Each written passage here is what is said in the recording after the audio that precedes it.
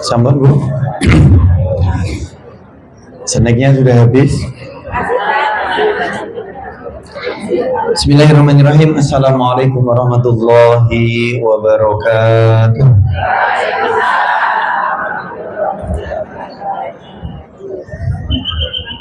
Alhamdulillah. Alhamdulillahilladzi arsala rasulahu bil huda wa dinil haqq basyiran wa nadhiran wa da'iyan ila Allah bi idnihi wa sirajan munira. Nashhadu an la ilaha illallah wa nashhadu anna Muhammadan abduhu wa rasuluh. Allahumma salli wa sallim wa barik ala Muhammad wa ala alihi wa ashabihi ajma'in. Faqala Allah ta'ala fil Qur'anil Karim, a'udzu billahi minasy syaithanir rajim. Ya ayyuhalladzina amanu taqullaha haqqa tuqatih wa la tamutunna illa wa antum muslimun. Wa qala Rasulullah sallallahu alaihi wasallam, al-muslimu alladhi yukhalitun nasa wa yasbiru ala adahum khairun minal muslimi alladhi la yukhalitun nasa wa la yasbiru ala adahum. Wa qala fi hadithin ukhra, al-kayyisu man dana nafsahu wa amila lima ba'dal maut wal ajizu man ittaba'a nafsahu hawahu wa tamanna 'ala Allahi al-amaniyya, aw kama qala sallallahu alaihi wa ala alihi wa sahbihi wa sallam. Allahumma la sahla illa ma ja'altahu sahla wa anta taj'alul hazana in syi'ta sahla. Allahumma inna nas'aluka bi nuri wajhika alladhi ashraqat lahu adh-dhulumat an taj'alna fi hifdzika wa fi hirzika wa bi jiwarika wa tahta kanifika ya rahmanu ya rahim. Allahumma alif baina qulubina wa aslih dhata bainina wahdina subulas salam waj'alna hudatan mahdiyyin ya rabbal alamin. Allahumma ja'al a'malana kulluha salihah wa liwajhika khalisah wa la taj'al li ahadin fihi nasiba. Allahumma subhanaka la ilma lana illa ma 'allamtana innaka antal alimul hakim. Para hadirin, para ibu-ibu rahimani wa rahimakumullah.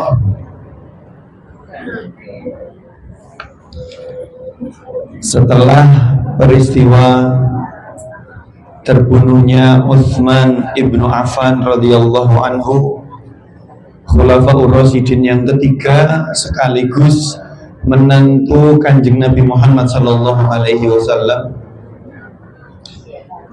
yang mana Utsman menika dipun bunuh justru ketika dia sedang mendekap mushaf dalam dadanya. Kenapa? Pertanyaannya kenapa? Peristiwa ini penting untuk disampaikan karena Rasulullah Shallallahu Alaihi Wasallam mengatakan, man asya ala syai'in, barang siapa engkang hidup dengan kebiasaan tertentu, mata alaihi, dia akan Allah wafatkan, Allah mematikan ketika melaksanakan kebiasaan itu. Kaulah balik ya. Rasulullah mengatakan man asya ala syai'in, siapa yang hidup di atas sebuah kebiasaan tertentu, mata alaihi. Orang kalau hidupnya biasanya baik, matinya baik. Orang kalau biasa ketika hidup marah-marah, bisa jadi kalau sakaratul maut marah-marah. Orang nek biasanya nyanyi-nyanyi lali ngaji, nek sakaratul maut ya. Utsman ibnu Affan radhiyallahu anhu adalah salah satu di antara sekian banyak sahabat yang interaksi dengan Al-Qur'annya sangat dahsyat. Ibu-ibu, Ramadan kalau ini khatam berapa kali? Ramadan masing-masing. Oke, masing-masing ya. Utsman ibnu Affan radhiyallahu anhu dalam satu hari satu malam khatam 2 kali. Jadi dalam putaran 1 bulan khatamnya 60 kali. Kula panjenengan 60 ayat ya.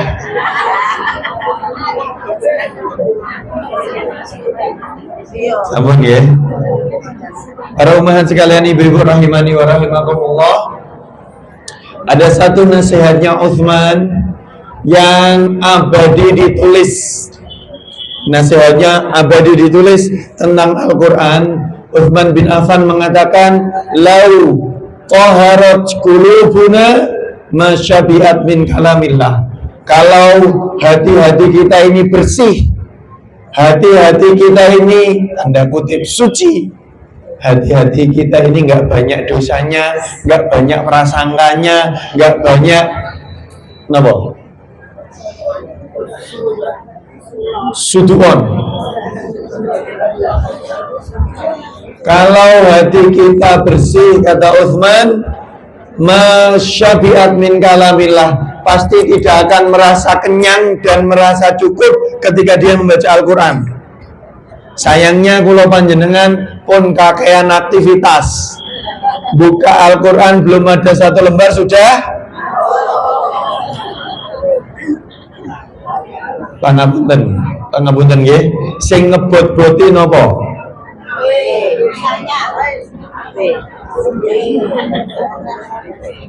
Sambut. Kita kembali para umahat sekalian. Utsman bin Affan radhiyallahu anhu ketika pada akhirnya terbunuh dalam peristiwa fitnah, Utsman itu rumahnya dikepung. Ketika terjadi gonjang-ganjing huru-hara, rumahnya dikepung, dan kemudian dari sekian banyak pengepung ini ada satu budak hitam, disebutkan dalam tarikhnya Al-Imam Ibnu Hisham, seorang budak hitam dari Habasyah yang kemudian masuk, kemudian menusuk Utsman bagian perutnya, dalam posisi Utsman masih mendekap erat mushafnya. Jadi Utsman itu betul-betul meninggal ketika menggenggam mushafnya karena kecintaannya kepada Al-Quran. Dan akhirnya kita sama-sama tahu para hadirin, para ummahat, kalau kita bicara tentang mushaf, selalu kita katakan mushaf Jangan tahu kenapa mushaf Utsmani, kenapa enggak Umari? Kenapa? Mushaf ini awalnya belum menjadi satu kesatuan buku. Para sahabat itu diperbolehkan menulis, tapi belum ada yang mengumpulkan. Karena yang mendasari menjaga Al-Quran pada masa Rasulullah itu adalah hafalan, bukan bacaan. Makanya kita ini kena fitnah di akhir zaman. Fitnahnya apa? Iso moco, ning hafalannya orang tambah-tambah. Dia nama badan. Nah ibaratnya lari sekolah niku kudune munggah kelas nopo tinggal kelas. Lah kita Kulhu inna a'toina wal asri.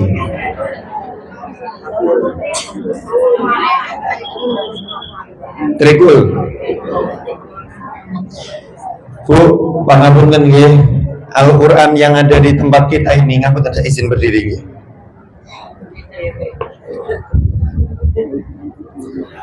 Ini namanya mushafun. Mushaf itu dari kata sohifah. Sohifah niku satu lembar. Jadi kalau mushaf itu berlembar-lembar buku yang dikumpulkan. Pada masa Rasulullah boleh nulis, tapi belum dibukukan. Maka kemudian Rasulullah meninggal dunia, Rasulullah wafat, kemudian terjadi fitnah murtad. Banyak nabi palsu, banyak orang murtad. Kenapa? Ini menandakan sebenarnya keimanan itu berat. Ditinggal kanjeng Nabi sudah banyak yang murtad. Karena mereka merasa nek kanjeng Nabi meninggal, kewajibannya sudah tidak berlaku. Terutama kewajiban membayar zakat. Oh, ngopo? Mereka meyakini bayar zakat itu kepada kanjeng Nabi. Maka ketika kanjeng Nabi meninggal, tidak wajib bayar zakat. Abu Bakar As-Siddiq radhiyallahu anhu kemudian berdiri mengajak para sahabat untuk meluruskan ajaran Islam ini, memerangi orang-orang yang murtad dan tidak mau bayar zakat. Karena zakat itu bagian dari syariat Islam. Sayangnya, dalam peristiwa peperangan dengan Musailamah Al-Kadzdzab, dahsyat. Musailamah ini nabi palsu, punya wilayah, punya kekuasaan, punya pasukan, punya pengikut.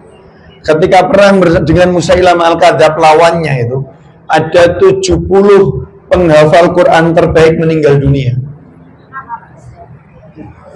Perang. Maka sepulang dari peperangan, Umar bin Khattab radhiyallahu anhu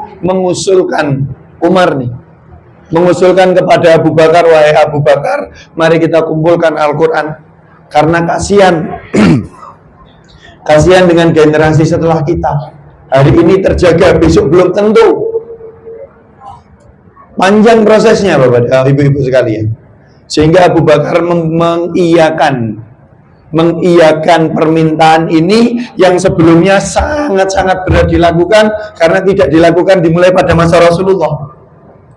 Kemudian Abu Bakar mengiyakan dan menunjuk Katibul Wahyi, sahabat yang mendapat gelar si penulis wahyu. Siapa namanya? Zaid bin Thabit radhiyallahu anhu. Anak muda yang cerdas Zaid ini.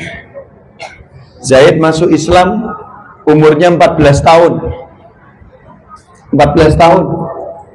Hanya dalam waktu 2 bulan dia menguasai bahasa Ibrani Suryani. Yang hari ini ada orang Indonesia yang ngaku iso bahasa Ibrani Suryani. Jenengan kenal betul? Inna maqali syududu. Gak kenal? Aman.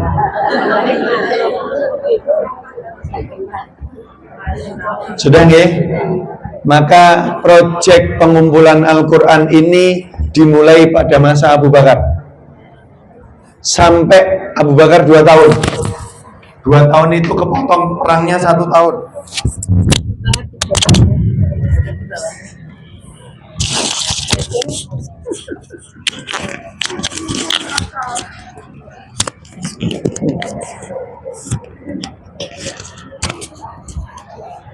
Abu Bakar itu memerintahnya 6 kali tahun, ibu-ibu. Berarti kalau kita dikurangi 1 tahun perang, berarti tinggal 1 tahun ya. 1 tahun dia masa Abu Bakar. Umar bin Khattab menjadi khalifah itu 10 tahun. Belum selesai.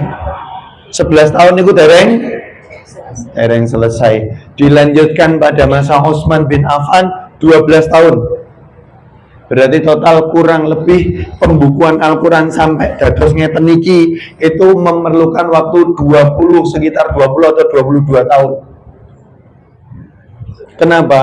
Karena harus diverifikasi betul, dipaskan betul riwayatnya podo napa mboten, tulisannya podo napa mboten. Sudah selesai. Pada masa Utsman terbukukan jadi satu catatan yang sempurna menika namanya mushaf, hanya dijadikan 6 salinan. Mboten kata. 6 salinan yang ke semuanya dikirim ke masing-masing penjuru untuk dijadikan rujukan. Pokoknya mushafe iki.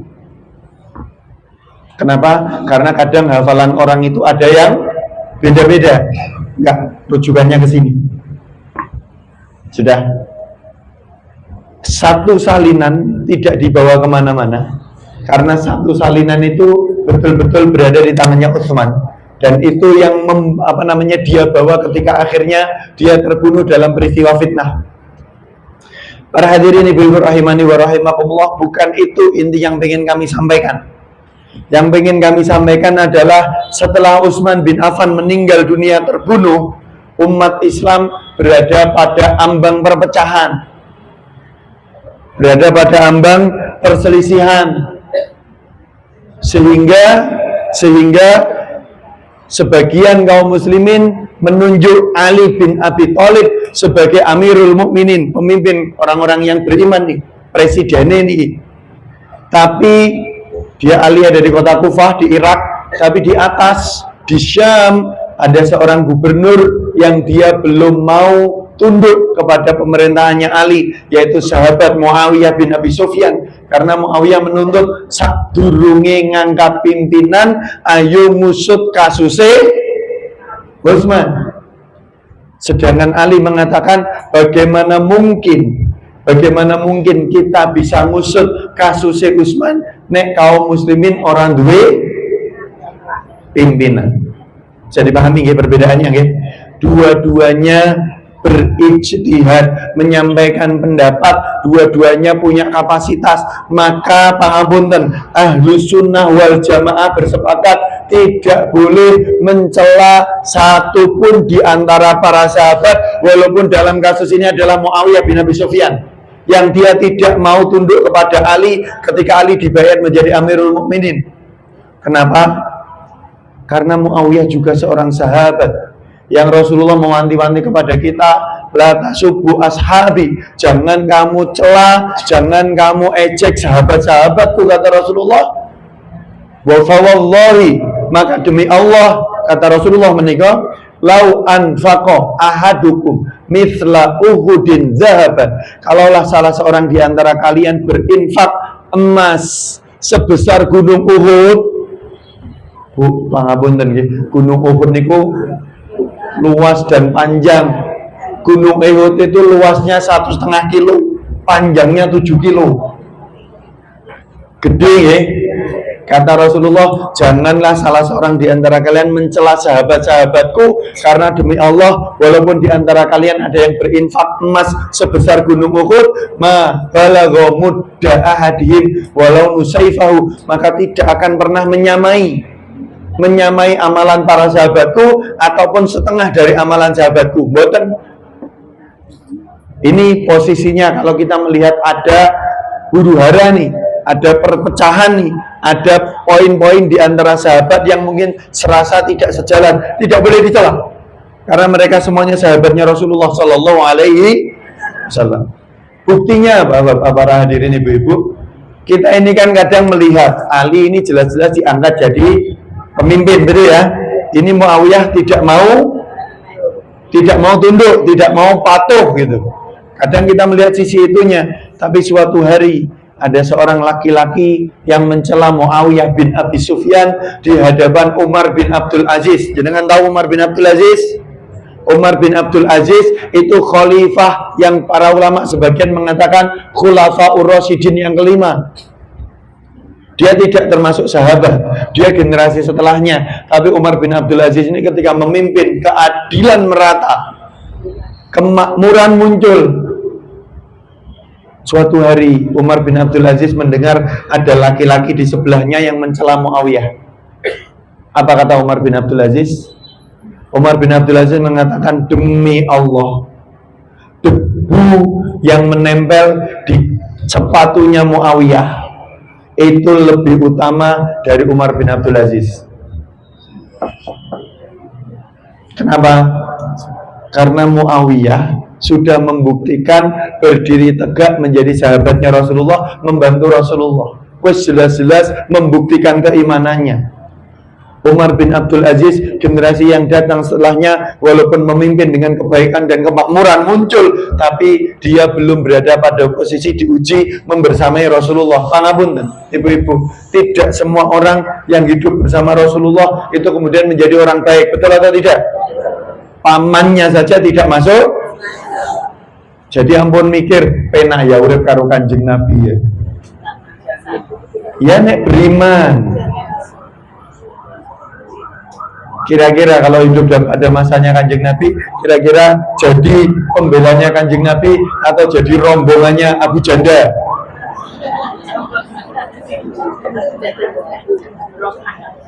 Ini sengaja. Sudah ya? Baik, ini terjadi perpecahan nih antara Ali dan Muawiyah. Sudah ya? Sampai terjadi perang. Perselisihannya mboten kados kula panjenengan. Kula panjenengan niku kadang kalau berselisih sama orang lain paling padu. Ya kan? Melempar kata rame lah bacaan begitu. Ini perang. Ketika Ali memimpin itu ada 2 kali perang sesama muslim. Yang pertama namanya perang Jamal. Perang Jamal itu perang antara kubunya Ali bin Abi Thalib dengan ibunda Aisyah. Istrinya Kanjeng Nabi loh nih ibu, Pak, ibu-ibu. Aisyah, istrinya Kanjeng Nabi, itu justru mengendarai ontanya perang dengan Ali. Kenapa? Karena dihasut. Ini fitnahnya adu domba, namimah itu sedahsyat ini. Ibunda Aisyah ini dihasut, maka dia perang melawan Ali. Dan ibunda Aisyah didukung oleh 2 sahabat terbaik. 2 di antara 10 sahabat yang dijamin masuk surga, Thalhah bin Ubaidillah dan Az-Zubair bin Awam. Itu ada di belakang ibunda Aisyah. Siapa yang diperangi? Ibunda Aisyah ini istrinya Kanjeng Nabi. Yang diperangi Ali bin Abi Thalib, menantunya Kanjeng Nabi. Ampun ngomong kok iso nggih? Iso. Allah, lu ampun ngomong kok iso. Niku mungkin enten bagian-bagian warisan ngoten niku wis dadi kubu dhewe-dhewe. Nggih napa mboten? Nggih toh, Kakang Adi lali, betul nggih? Selesai episodenya dengan ibunda Aisyah selesai, muncul berikutnya yaitu antara Ali dan Muawiyah. Ali dari Kufah, Muawiyah dari Syam. Namanya perang Siffin. Perang Siffin. Sebentar ya, sebentar. Kalau declare dulu. Perbedaan pendapat di antara mereka runcing. Bahkan sampai perang. Walaupun ini episode pahit. Tapi tolong dicatat. Mereka lah orang-orang terbaik yang dimiliki umat ini. Walaupun mereka perang nek siang hari karena perbedaan pendapat dari perang nek siang hari, tapi kalau malam hari itu pijet-pijetan. Beneran. Jadi kalau perangnya kan cuma siang, karena kalau malam hari ini mboten enten lampu. Ya. Perang itu hanya siang. Kalau malam hari itu saling kunjung, saling jenguk, saling ngobati satu sama lain. Kok iso? Karena mereka adil. Justru itulah mereka dipilih menjadi sahabatnya Kanjeng Nabi. Mboten kula panjenengan nek ngerti eleke wong siji elek kabeh. Ya napa mboten? Nek wis ora seneng karo wong siji, ora seneng sak kabehane ngejak-ngejak liyane. Adil. Perbedaannya hanya soal kepemimpinan. Perbedaannya soal pemimpinan, tidak dilebarkan ke yang lain. Namun ini saya ingin menceritakan potretnya dulu, nanti nasihatnya terakhir. Di titik ini para hadirin ibu-ibu, di titik ini loh yang masuk ke gelanggang ini sahabat-sahabat terbaik. Ada satu sahabat yang justru dia mengasingkan diri menjauh dari pusaran konflik. Ada satu sahabat yang dia memilih untuk tidak ikut kubu sana dan tidak ikut kubu sini. Satu dari 10 sahabat yang dijamin masuk surga. Kalau dalam peristiwa perang Jamal ada Thalhah bin Ubaidillah dan Az-Zubair bin Awam. Kemudian dalam peristiwa perang Siffin tersebut nama Ali bin Abi Thalib. Ini orang-orang yang dijamin masuk surga oleh Rasulullah. Kalau kita sering mengatakan al-asyrah al-mubasysyaruna bil jannah, 10 orang yang dijamin masuk surga. Abu Bakar, Umar, Utsman, Ali. 4 ya. Tambah yang kelima Abdurrahman bin Auf, kemudian Az-Zubair bin Awam, kemudian Thalhah bin Ubaidillah, kemudian Sa'ad bin Abi Waqqas, kemudian Sa'id bin Zaid, kemudian Abu Ubaidah bin Al-Jarrah. 10. Ada satu di antara 10 ini yang justru menepi, menjauh, dan dia duduk tidak ikut-ikutan. Ketika didatangi oleh sebagian kaum muslimin dengan mengatakan, bukankah engkau adalah orang yang paling layak katanya, engkau adalah orang yang paling layak untuk dijadikan panutan, karena satu di antara 10 orang yang dijamin masuk surga. Justru jawabannya adalah,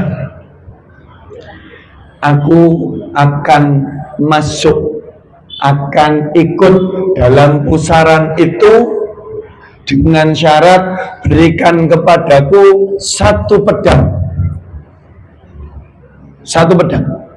yang kalau aku ayunkan kepada orang-orang kafir, pedang itu akan membunuh. Tapi kalau aku ayunkan kepada saudaraku sesama muslim, pedang itu tidak berfungsi. Saya dipahami? Ulang ulangi ya. Dia adalah Sa'ad bin Abi Waqqas radhiyallahu anhu. Sa'ad tidak nderek dalam hiruk pikuk perselisihan, karena Sa'ad menganggap kedua-duanya masih seorang muslim. Sa'ad tidak mau masuk kepada pusaran masalah karena bukan paham. Dia tidak mau melibatkan diri kepada hal-hal yang tidak bermanfaat untuk dirinya. Maka Sa'ad mengatakan, aku akan ikut dalam perpusaran peristiwa mereka dengan catatan engkau berikan kepadaku satu pedang yang kalau aku ayunkan kepada orang kafir, pedang ini bisa membunuh, berfungsi maksudnya. Tapi kalau aku ayunkan kepada sesama muslim, pedang ini tumbul, tidak berfungsi. Karena Sa'ad tidak mau melumuri darahnya dengan darah kaum. Hadirin ibu-ibu rahimani wa rahimakumullah, ini adalah fase pahit dalam sejarah Islam, bahwa di antara kaum muslimin nantinya akan sangat besar sekali potensi perpecahan dan perselisihan, perbedaan pendapat, perbedaan selera, perbedaan sudut pandang. Betul atau tidak? Saniki nek kula tanglet di sini, dulu 01 atau 02?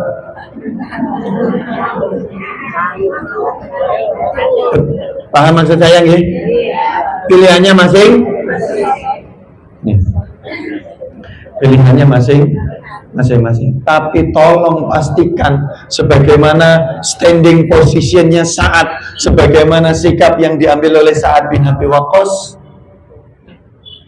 pastikan betul bahwa jangan masuk gelanggang yang kita tidak paham urusan. Nomor 1. Dan nomor 2, jangan menciderai kehormatan sesama kaum muslimin. Yang ketiga, hindari hal-hal yang tidak mendatangkan manfaat, karena masing-masing dari kita akan dihisab atas perbuatan kita masing-masing. Ampun nggih. Lantas pertanyaannya justru terus sikap kita bagaimana kalau terjadi peristiwa-peristiwa besar, kalau terjadi hal-hal yang di luar apa yang kita inginkan, kalau terjadi ini dan itu. Hadirin ibu-ibu rahimani wa rahimakumullah, Rasulullah Shallallahu Alaihi Wasallam mengingatkan kepada kita di dalam salah satu hadis, al-kayyisu man dana nafsahu wa amila lima ba'dal maut. Orang yang cerdas, orang yang cerdik pandai adalah man dana nafsahu, mereka-mereka yang memelihara dirinya masing-masing, ngontrol dirinya masing-masing. Wa amila lima ba'dal maut, dan beramal, mempersiapkan amal atau bekal untuk kehidupan setelah kematian. Bu, nanti setelah mati, kalau kita diminta pertanggungjawaban amal, niku pengennya akeh pahalane napa akeh dosane. Nah, itu poin. Orang yang cerdas itu dia selalu mawas diri, mengontrol diri, ngati-hati ben ora nambah-nambahi dosa. Sedangkan dia fokusnya bagaimana memperbanyak bekal untuk kehidupan setelah. Oke. Tapi Rasulullah lanjutkan wal ajizu, dan orang-orang yang lemah, orang-orang yang terperdaya dunia itu adalah manittaba nafsahu hawahu, orang-orang yang selalu mengikuti hawa nafsunya. Sidik-sidik rame, sidik-sidik cerah, pengen menangi dewe. Manittaba nafsahu hawahu, yang jiwanya mengikuti kata hawa nafsunya, nggak punya kontrol. Tetapi yang paling menyedihkan, wattamanna 'alallahil amaniyah, dengan perbuatan itu justru dia berandai-andai berharap kepada Allah dan berandai-andai sesok mesti selamat.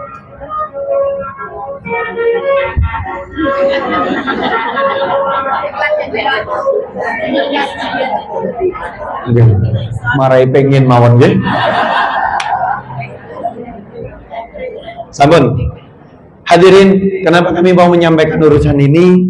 Karena problematika umat itu banyak, potensi perpecahannya besar.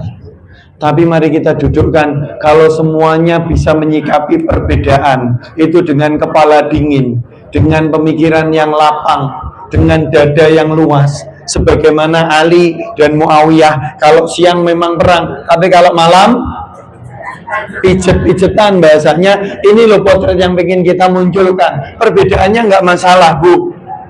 Kenapa? Karena perbedaan itu niscaya, tapi jangan jadikan perbedaan itu jurang pemisah silaturahim. Jangan jadikan perbedaan pendapat itu sarana atau alat untuk saling menyalahkan dan musuh-musuhan, tidak.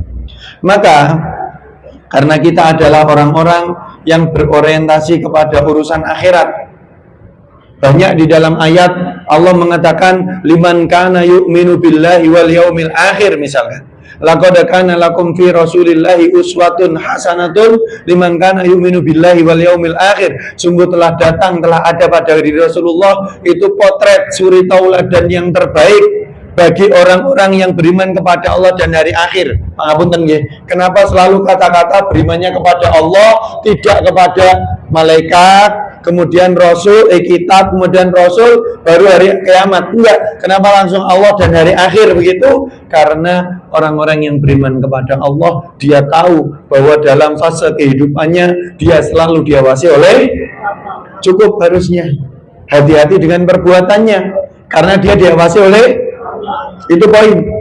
Tapi kenapa kemudian dilanjutkan dengan wal yaumil akhir, bagi orang-orang yang beriman kepada Allah dan hari akhir? Contoh hadis Rasulullah mengatakan man kana yu'minu billahi wal yaumil akhir falyakul khairan aw liyasmut. Siapa yang beriman kepada Allah dan hari akhir, hendaklah berkata-kata yang baik atau diam. Man kana yu'minu billahi wal yaumil akhir falyukrim jarahu, siapa yang beriman kepada Allah dan hari akhir, hendaklah dia muliakan tetangganya.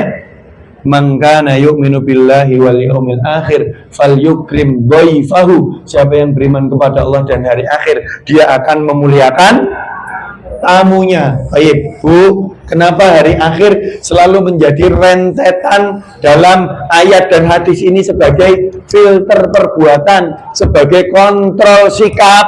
Karena nek pun boten saged dituturi nganggo penuturan dan nasihat yang lembut, eling-elingo sok ben nenek hari. Bu, kalau mendengar kata hari akhir itu yang terbesit, yang ada di benak kita, sing wonten terbayang di dalam pikiran kita nopo? Nopo, Bu?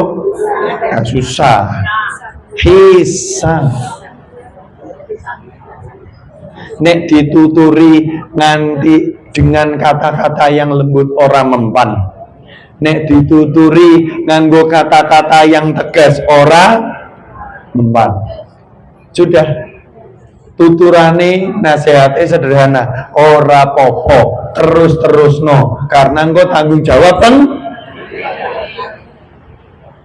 Sayangnya kalau masih dinasihati di dunia, itu masih ada kesempatan untuk memperbaiki diri, masih ada ruang dan waktu untuk berbenah.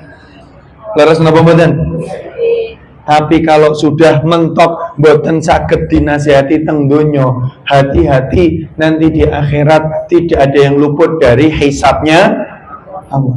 Makanya ayat dan hadis bagi orang-orang yang beriman kepada Allah dan hari akhir itu cukup kita jadikan sandaran perbuatan. Baik, kita masuk ke hadis niki. Kenapa Rasulullah mengatakan siapa yang beriman kepada Allah dan hari akhir hendaklah dia berkata-kata yang baik atau kenapa? Karena setiap perkataan yang muncul dari mulut kita itu pasti dicatat. Kalau tidak malaikat raqib, ada malaikat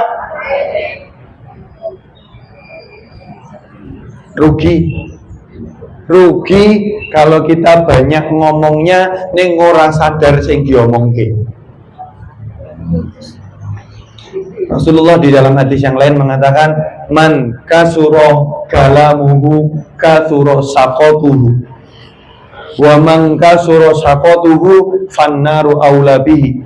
Siapa yang banyak ngomongnya banyak tergelincirnya. Siapa yang banyak tergelincirnya maka neraka lebih layak baginya. Ngomong. Sayangnya kula panjenengan niki sebagai manusia biasa punya kebutuhan sehari harus ngomong sekian ribu kata. Ya napa mboten, Bu? Kalau Bapak dereng ngomong nopo-nopo pun jenengan celamai toh.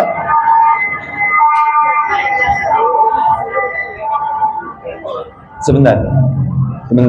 Kalau pengen matur di urusan ini, ke posisi kita ini kan sedang memperbaiki kualitas keimanan, betul ya? Salah satu kualitas keimanannya adalah mari kita tingkatkan nilai iman kita kepada hari kiamat atau hari akhir tentang nilai hisab. Itu poin yang bisa menjadi filter, yang bisa menjadi saringan perbuatan begitu. Maka Rasulullah mengatakan dalam hadis yang sahih, kita lompat hadis. Rasulullah mengatakan ana za'imun bibaitin fi rabtil jannah. Aku menjamin satu rumah atau satu istana di pinggirannya surga. Pinggir, tepi. Liman tarokal miraa wa ingkana muhikon. Bagi orang-orang yang meninggalkan perdebatan, orang-orang yang meninggalkan gontok-gontokan, wa ingkana muhikon, walaupun dia dalam posisi benar sekalipun, walaupun dia benar, tapi dia meninggalkan perdebatan. Kenapa? Karena debat itu tidak ada habisnya, nggak ada untungnya. Tinggalkan, walaupun dia benar.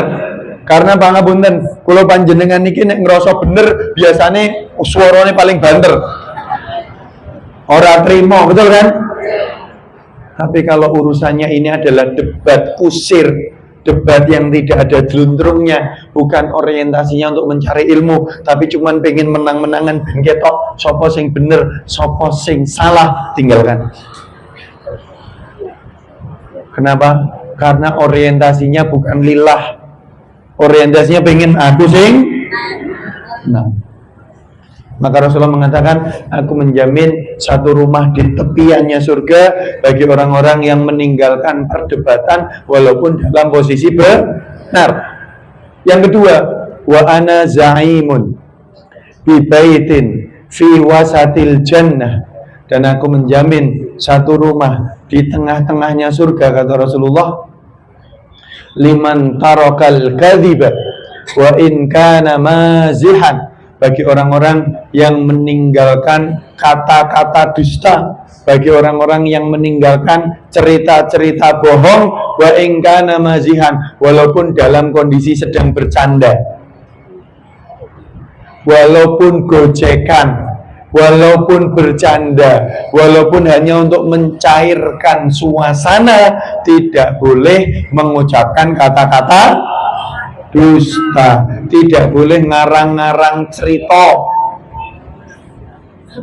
Kita ini kan kita ini kadang-terkadang pengen membuat orang lain tertawa, kemudian kita munculkan cerita-cerita bohong, betul atau tidak? Rasulullah mengancam, fawailun, sungguh celaka atau neraka wail, liman takallama fakadzdzaba liyudhika bihin nas, sungguh celaka atau neraka wail bagi orang-orang yang berbicara,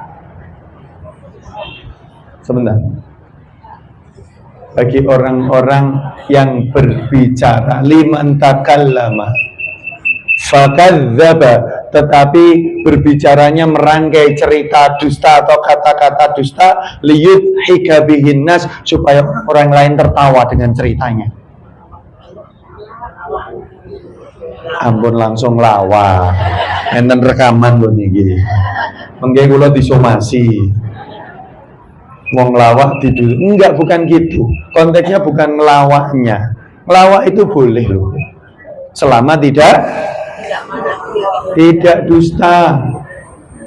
Umar bin Khattab saja pernah ngelawak di hadapan Rasulullah, beneran, tapi tidak dengan cerita dusta. Yang dimaksud di dalam hadis ini adalah celaka atau neraka wail bagi orang-orang yang berbicara tetapi merangkai kata-kata dusta atau cerita-cerita dusta supaya orang lain tertawa. Pangapunten nggih, dalam hadis ini wailnya disebutkan 3 kali. Yang pertama di awal, wailun, celaka atau neraka wail bagi orang-orang yang berbicara dan berdusta supaya orang lain tertawa. Fawailun lahu tsumma wailun lahu, maka celaka baginya dan celaka baginya. Kenapa? Karena setiap kata yang keluar dari mulut kita akan dihisab.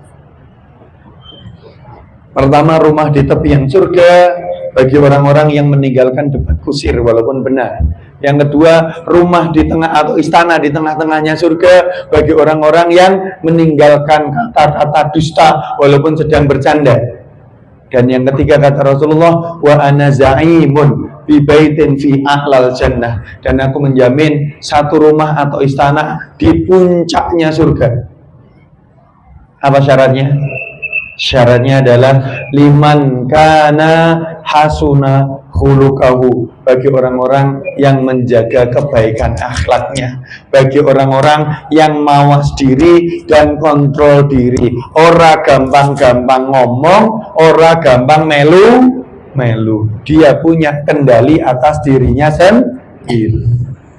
Ngapunten nggih, sama-sama beramal dan berbuat dan podo-podo dihisab, maka kita lebih berhajat berbuat dengan kebaikan daripada banyak melakukan dosa.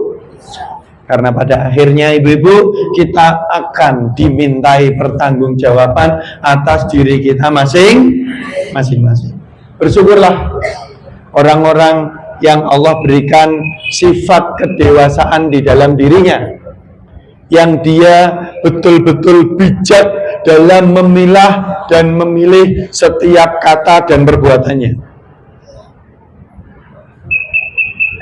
Para rawuh, ibu-ibu sekalian rahimani wa rahimakumullah, kita ini terakhir, kita sama-sama tahu dalam konsep pahala dan siksa atau pahala dan dosa, kita sama-sama tahu ada yang namanya pahala jariah dan dosa jariah, betul nggak?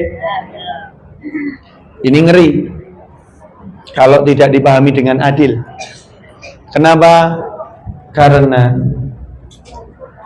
Al-Imam Al-Qurtubi di dalam tafsirnya menyebutkan salah satu nasihat dari Mu'adz bin Jabal dengan mengatakan, tuba, sungguh beruntung, liman mata, bagi orang-orang yang meninggal dunia, wa mata ma'ahu dzunubu, wa mata ma'ahu dzunubu, sungguh beruntung bagi orang-orang yang meninggal dunia dan bersama dengan meninggalnya itu terputus pintu-pintu dosanya. Saya ulangi ya, sungguh beruntung bagi orang-orang yang meninggal dunia yang bersama dengan meninggalnya terputus pintu-pintu dosanya. Fawailun, maka sungguh kerugian dan kecelakaan. Liman mata, bagi orang-orang yang meninggal dunia, walam yamut ma'ahu dunubu, orangnya sudah mati, kredit dosanya masih berjalan.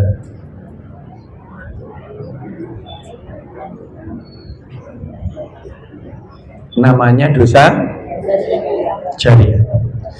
Apa sih Bu dosa jariah? Pangapunten nggih. Kadang kita salah.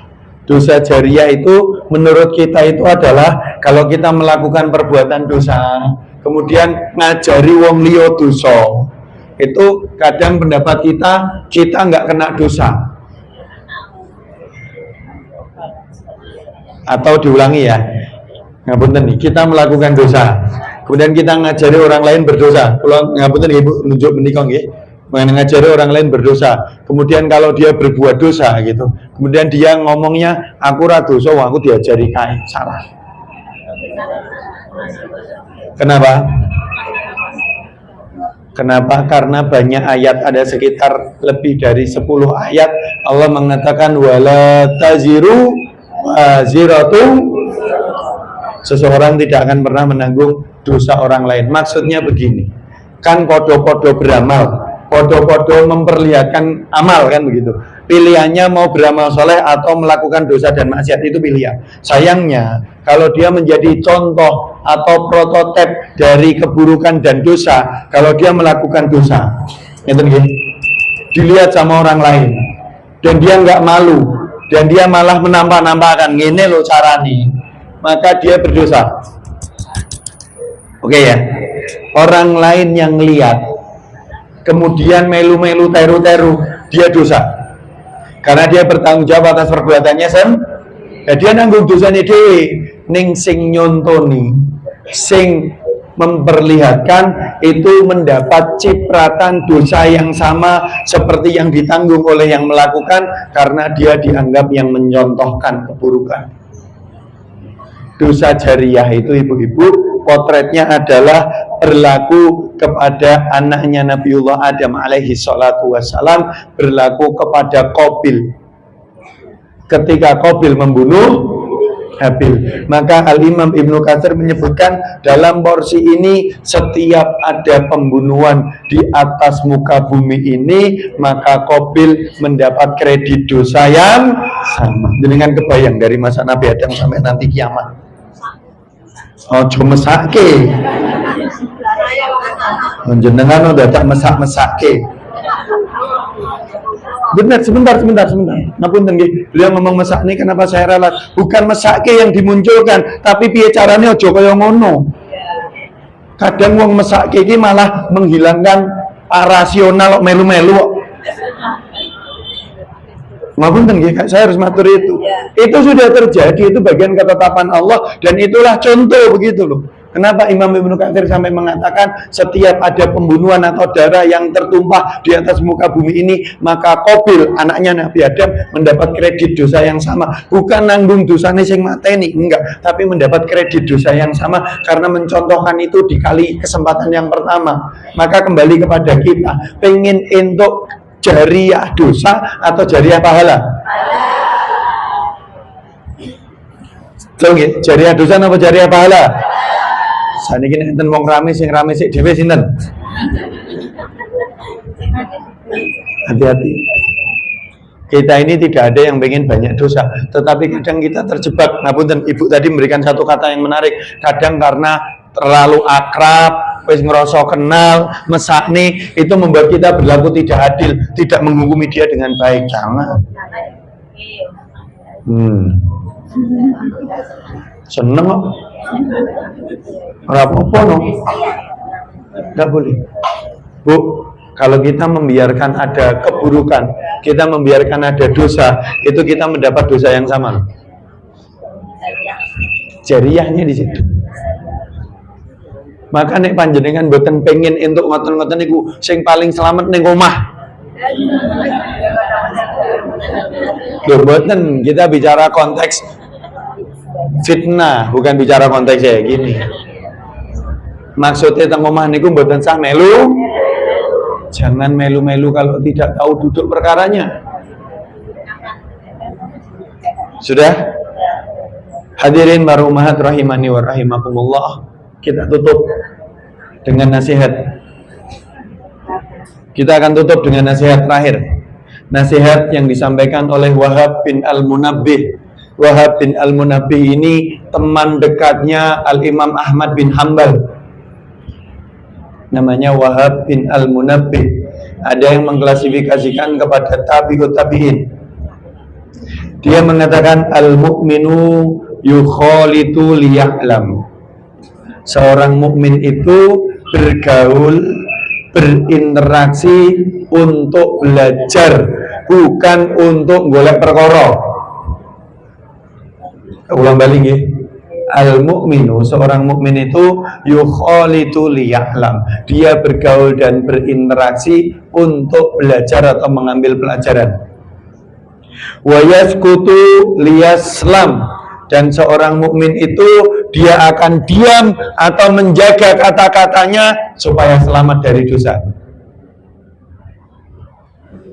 Wa yatakallamu liyafham. Tapi kalau harus ngomong, maka dia akan ngomong atau berbicara supaya paham. Bertanya, meminta penjelasan, ya boleh, supaya dia paham. Yang terakhir, nasihatnya adalah wa yakhluwa liyan'am. Dan sesekali dia akan menyendiri supaya dia mendapat nikmat Gusti Allah. Kenapa? Kenapa kok menyendiri dan dapat nikmat? Karena kadang di tengah keramaian, ketika kita bergaul dengan banyak orang, kalau nggak bisa membaca jaga hati, itu justru tidak nikmat yang kita raih, tapi banyak Semakin dia menyendiri, semakin dia berkholwat, beribadah kepada Allah, semoga nikmatnya semakin banyak. Saya ulangi nggih, nasihatnya dari Wahab bin Al-Munabbih. Seorang muslim itu karakternya yang pertama dia bergaul supaya untuk belajar. Yang kedua, dia diam supaya selamat. Hati-hati kalau bicara, dia pikir betul, dia hitung betul. Yang ketiga, kalau harus bicara wa yatakallamu liyafham, maka bicara itu supaya paham, supaya ngerti, supaya jelas. Dan yang keempat, ada kalanya dia menyendiri supaya mendapat banyak nikmat, supaya lebih khusyuk, supaya lebih nyaman, supaya lebih tenang. Bu, kadang kalau kita sedang berada di tengah-tengah pusaran masalah, niku membuat kita tidak tenang, betul nggak? Kakean prasangka, betul kan? Jelas. Maka kata Al-Imam Wahab bin Al-Munabbih, cerdas-cerdaslah jadi seorang muslim. Pikirkan betul segala sesuatunya, karena pada akhirnya kita masing-masing mempertanggungjawabkan amal kita di hadapan Allah Subhanahu wa taala. Barakallahu fikum, jazakumullahu khairan untuk semua perhatian. Mohon maaf jika ada kesalahan. Semoga yang sedikit ini menjadi bagian dari praktek akidah yang ada di dalam dada-dada kita. Kita meyakini Allah Maha melihat, hati-hati dengan penglihatan Allah. Kita meyakini adanya hari kebangkitan dan hari hisab, maka ringan jatah hisab kita dan berbanyak catatan pahala amal kita. Semoga Allah meridai kita semuanya. Barakallahu fikum. Jazakumullah khairan. Kami kembalikan kepada moderator. Assalamualaikum warahmatullahi wabarakatuh.